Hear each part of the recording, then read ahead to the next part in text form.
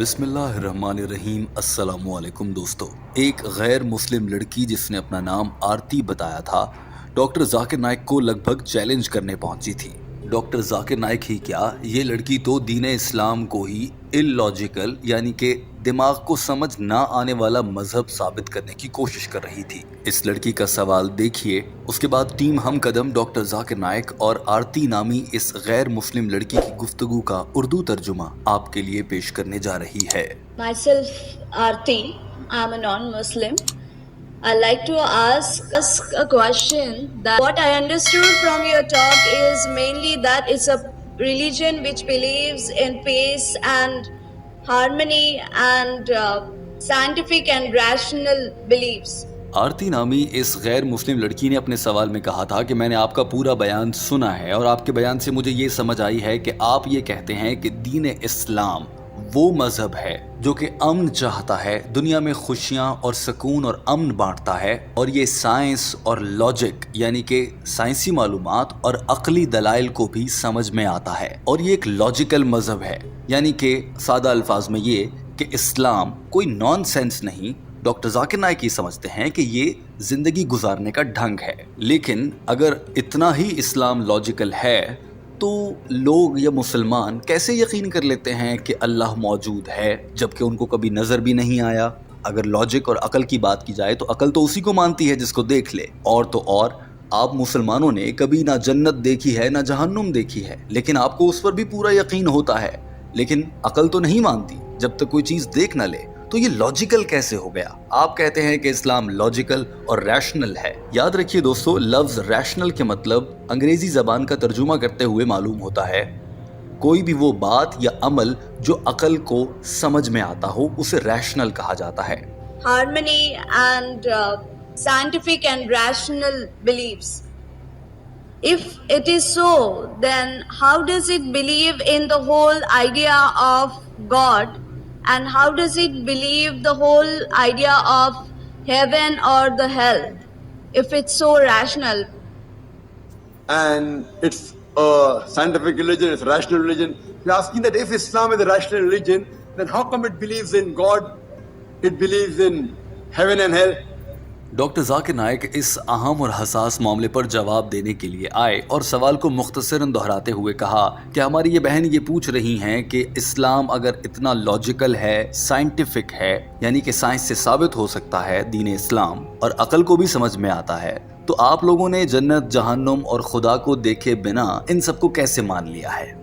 اب اگر دیکھا جائے تو کسی بھی عام آدمی کے لیے یا عام مسلمان کے لیے اس سوال کا جواب دینا بہت مشکل ہوگا۔ اس کے لیے ڈاکٹر ذاکر نائک جیسا علم درکار ہے۔ ڈاکٹر ذاکر نائک نے کہا کہ جہاں تک آپ کا سوال ہے تو یاد رکھیے، میں یہ ثابت کر سکتا ہوں کہ دنیا کا وہ واحد طریقہ آج کے دور میں اگر کسی کو سمجھانا ہو کہ اسلام ہی دین حق ہے، جنت، جہنم اور اللہ حقیقت میں موجود ہیں، تو یہ سائنس کی مدد سے ہی ثابت ہو سکتا ہے۔ آپ کو شک ہے کہ اسلام سائنٹیفک نہیں ہے اور سائنس سے مطابقت نہیں رکھتا، جبکہ میں یہ کہہ رہا ہوں کہ اسلام تو ثابت ہو جاتا ہے اگر سائنس کو سمجھ لیا جائے۔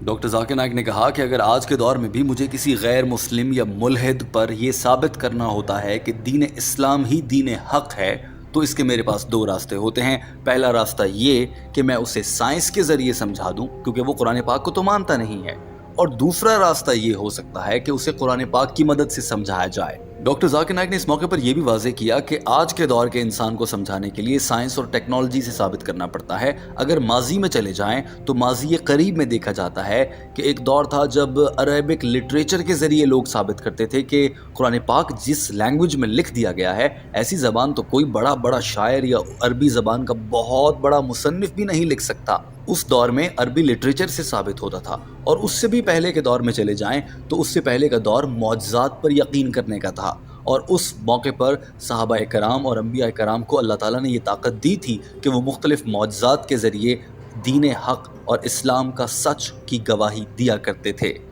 لیکن چونکہ آج کا دور سائنس کا دور ہے تو میں سائنس سے ثابت کرتا ہوں۔